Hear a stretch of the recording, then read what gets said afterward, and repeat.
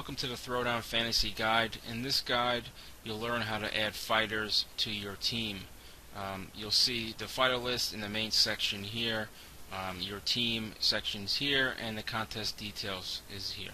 If you want to click on the payout link, you can view all of the payouts from first place down to 120 for the 1,000-player games.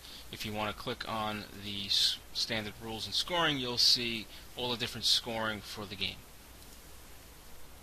So now I want to do some research and see what fighters I want to add to my team. If I click on the fighter name, once it loads, it will open up the CompuBox fighter statistics. These are the past fights based on the CompuBox database that we have on these fighters. So Jean Pascal, there's 10 fights. It shows his average punches thrown and landed per fight, his plus minus, which is his connect percentage minus his opponent's connect percentage, and also if you click on the view past fights, you'll get a list of all his fights, the decision, and the stats. You can also see his average fantasy points per fight and his current salary. So I go through the list, I do research, and now I want to add fighters. So I have to add 5 fighters to my team as long as they don't exceed the salary cap of $25,000. So for example, I'll add Jean Pascal, I'll add Curtis Stevens, I'll add Mikey Garcia, and as I'm adding these fighters, the salary is going down, so I have 2 fighters left. I have $9,400 left for those fighters.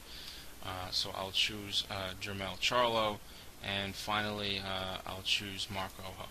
So those are my 5 fighters. I get a notification that I have to choose a replacement fighter.